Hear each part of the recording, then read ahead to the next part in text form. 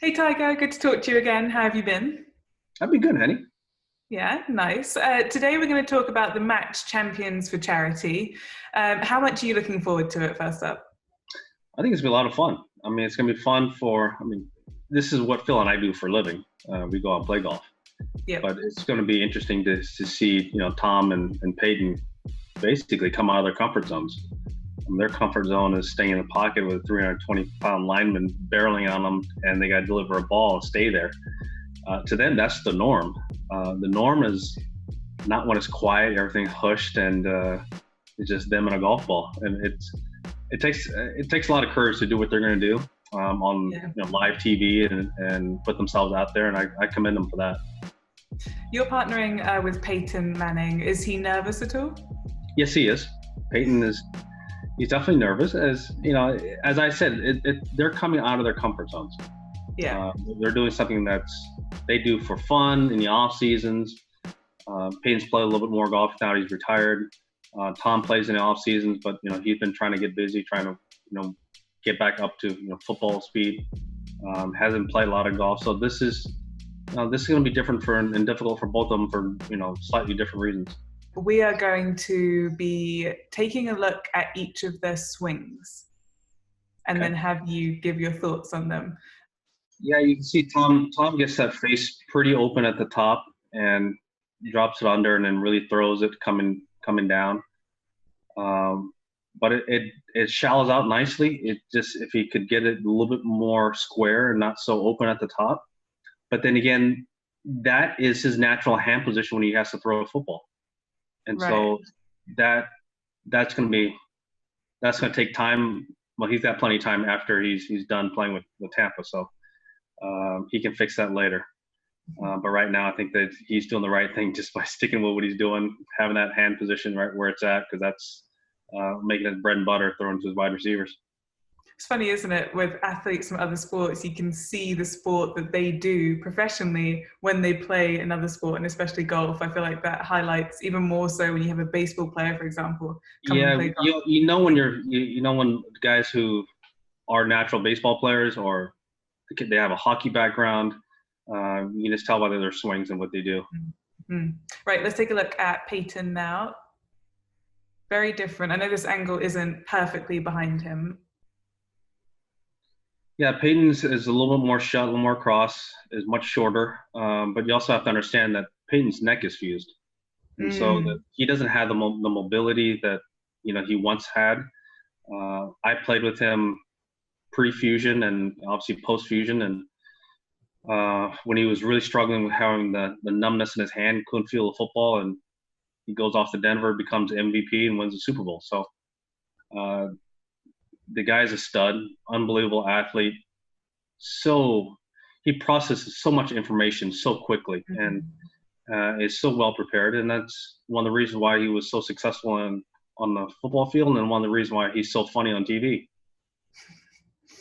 That was one of the questions I was going to ask you actually, is about the cerebral element of being a quarterback and the amount of information they have to take in versus golf and the amount of information that you have to take in, and how those two correlate and compare.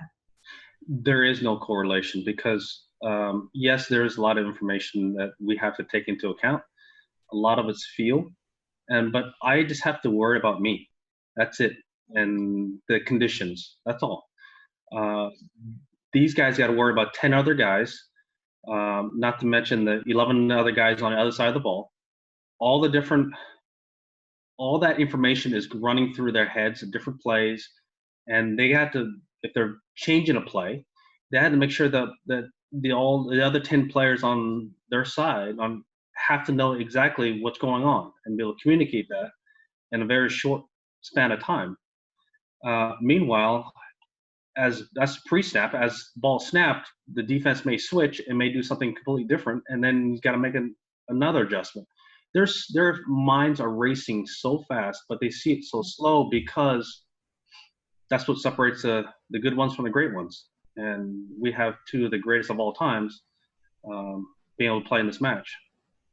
It is incredibly impressive what they do. Now, talking about your relationship with Peyton, you said you've played golf with him a whole host of times, but let's go back to when you guys first met and your relationship together. Yeah, we played at Bay Hill in the Pro-Am.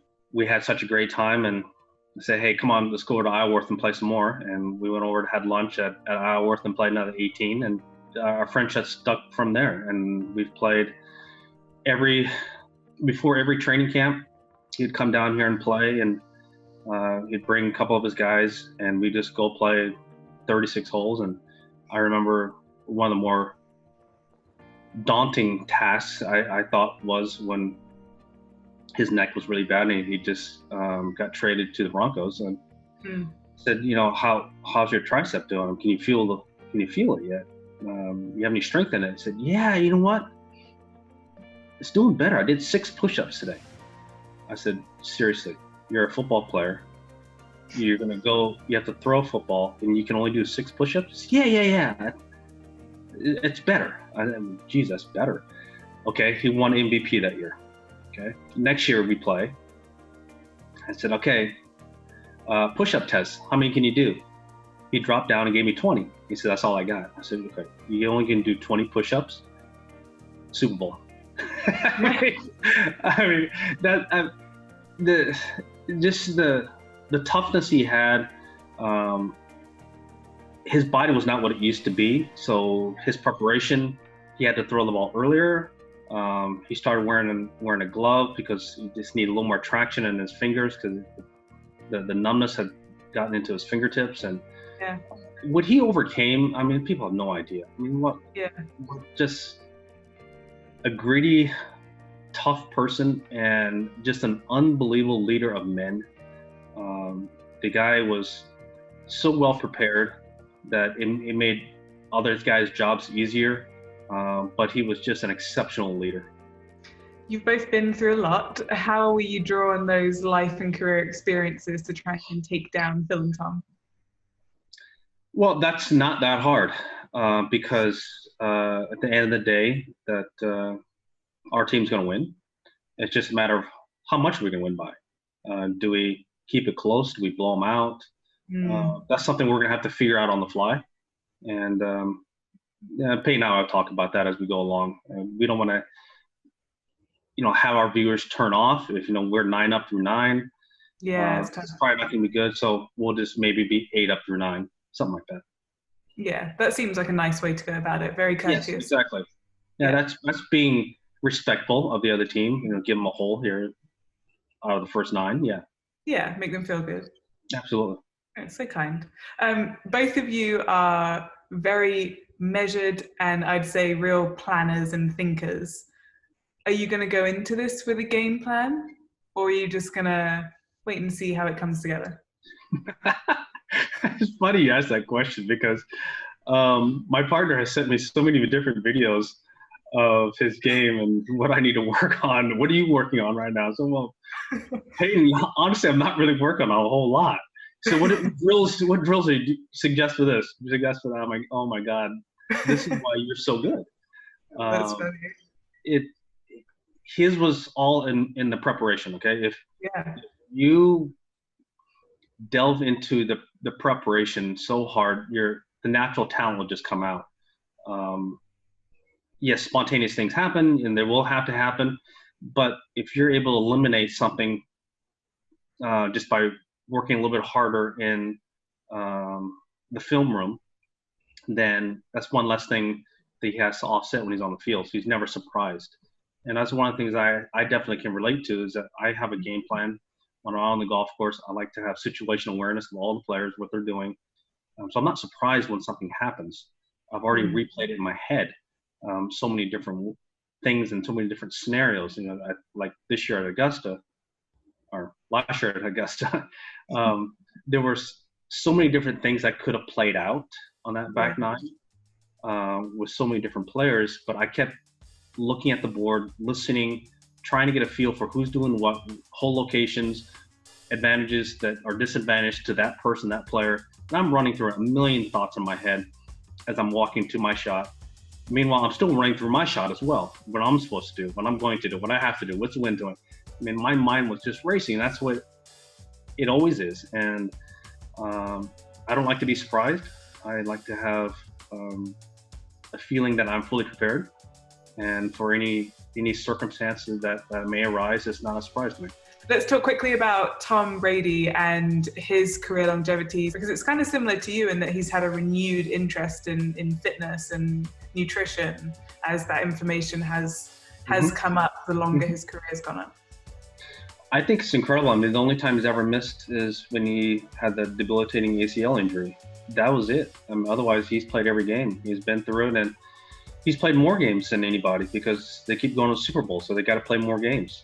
So he's getting hit more. I know there's ways around it. Get the ball out of his hand earlier.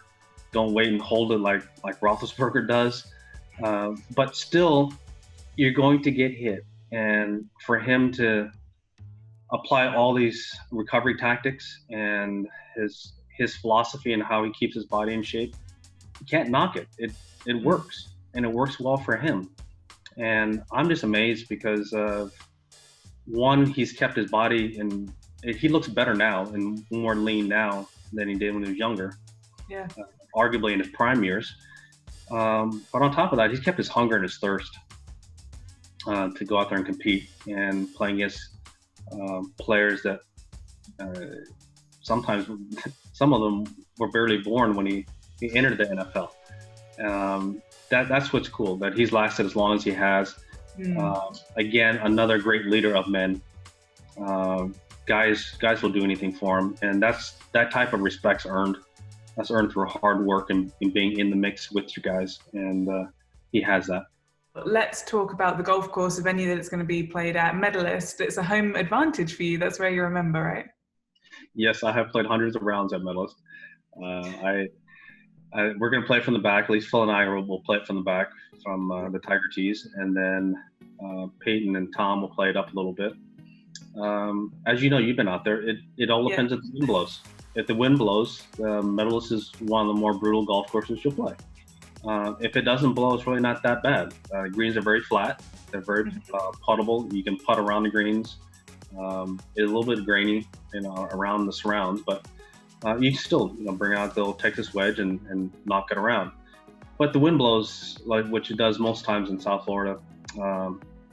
It makes for an interesting experience. And the only concern that I have is that it's that time of year where we don't know if we're going to get thunderstorms or not. We get pop-up cells, and you can get them for days on end, and you may not have a week or so with no rain. So we just don't know. No, that's a very good point, and that could change how the course plays, even if it's happened in the days leading up to it. It could soften everything down. 1,000%. One of the challenges there that I've seen when we've been there is that wind that you spoke about. It's so blustery, and in those trees, it's really tough to judge.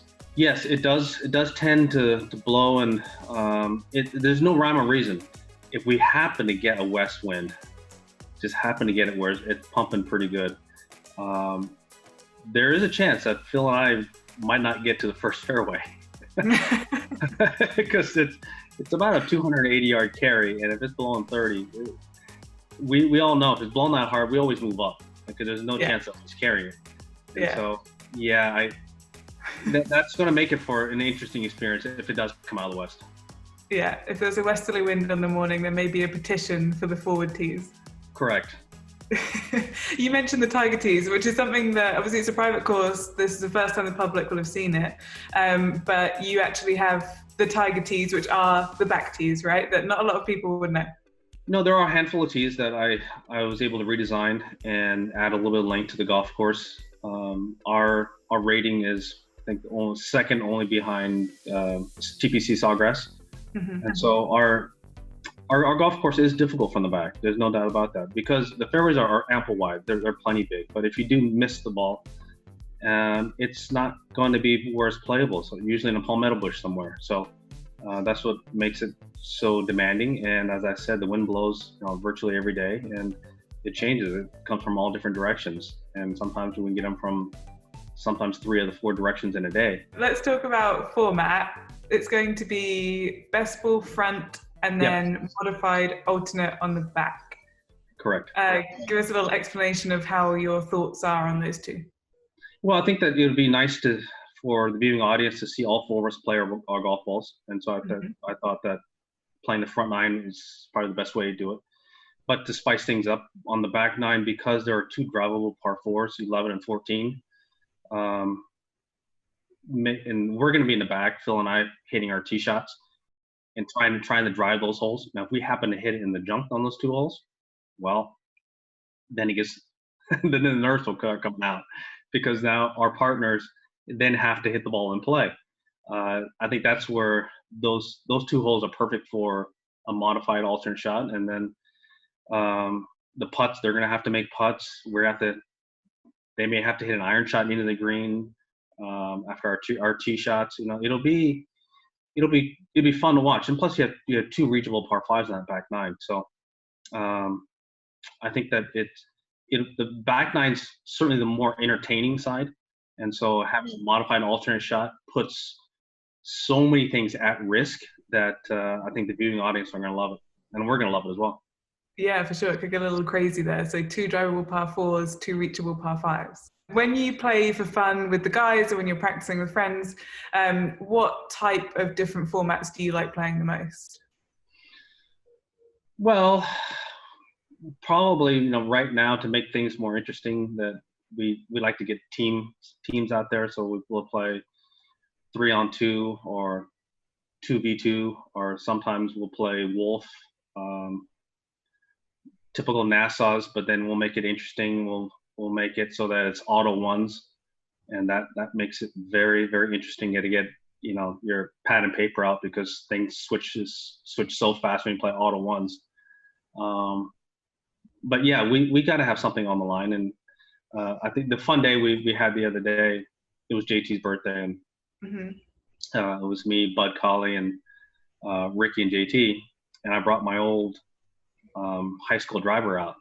And so it's my old Cleveland Classic, and a little persimmon, and made sure that the deal was to make sure that we had to hit on all 14 drivable holes. Yeah. And so that was a lot of fun. We had a blast doing that. And how did you hit it? Did it I hit it great. No, I hit it great for me. Yeah. I don't hit it anywhere near as far. I mean, I hit my 3 was probably just as far, but it's fun to see those guys try and hit something that small. They're young enough where they really didn't have an opportunity to play it. Rickie being 31, that he did have a few that he hit when he was younger. He didn't really play junior golf with it. It just happened to be one of those hand-me-downs that he would hit for fun. But I'm old enough where I had played in that era. I beat Davis Love in a playoff to win my first tournament. Davis was using persimmon driver. And so that I was kind of my generation was the last ones to be part of the wooden era. Yeah. Because they're used to having big heads, graphite shafts. You can't miss it on the toe with the persimmon. It goes nowhere. And that's why we learned how to hit the ball off the heel, so at least it'll spin and stay in the air and get somewhere. And the gear effect that happens, the gear effect's incredible. If you hit the ball off the heel, it starts so far left. You hit it off the toe, it starts so far right. But it always comes back. Our drivers don't come back anymore. They don't have that gear effect. So that was fun to see those guys try and figure it out. Well, the Match Champions for Charity is going to be an incredible viewing experience of great athletes battling it out on the golf course. We've had your plan and prediction, which is a very gentlemanly 8 up through 9 with some antics on the back 9 where it's alternate shot, and it's going to be brilliant to watch. See, being respectful, yes. As always. Thanks, Eddie.